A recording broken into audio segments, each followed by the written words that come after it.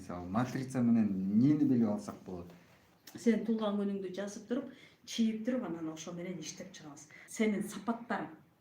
Сен ой жүгүртө аласың, сен жасай аласың, сен ишиңди бүтүрө албайсың. Иштерман, чыгармачыл, дилгир, билимдүү, илимдүү, сымбаттуу деп бөлөбүз да. Биз ошол сапаттарыбызды алып чыгабыз. Элдерге да түшүнүктүү болуш үчүн менин матрицамды билип эмеп таалап Эми сенин датаңды жазалы, кандай деп. 12 12 11 11 1993. Бул жерде 1 бар. Көрдүңбү? 1ден 3 бар, 1 эмес. Түшүндүң, Сенде 4 бирим бар.